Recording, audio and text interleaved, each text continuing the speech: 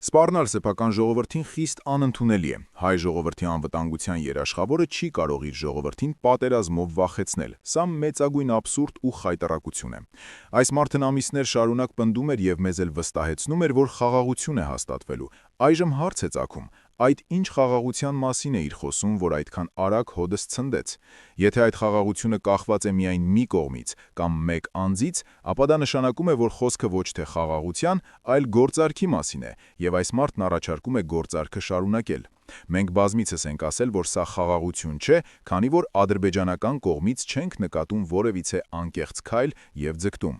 Կա զավթողական հռետորաբանության մեծացում, կա արևմտյան Ադրբեջան հայեցակարգ, որը Հայաստանի սուվերեն ողջ տարածքն Ադրբեջանի մաս դարձնելու մասին է։ Նիկոլ Փաշինյանը խաղաղություն բառը փորձում է ծառայեցնել ընտրությունների պատրվակով, այդքան մի բան։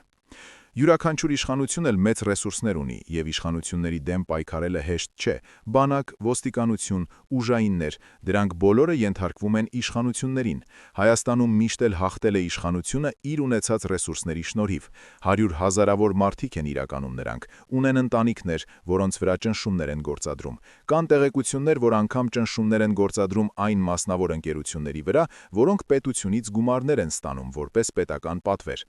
Այնինչ այժմ տեղի է ունենում, ընտրական օրենսգրքի խախտում է։ Ընտրապայքարը պետք է ընտրությունից 40 օր առաջ սկսվի, բայց Նիկոլ Փաշինյանը խախտում է օրենքները։ Սկզբում սա կոչվում էր ներկուսակցական պրայմերիզ, սակայն հետո ազատվեցին այդ ձևականությունից եւ քարոզարշավ են իրականացնում։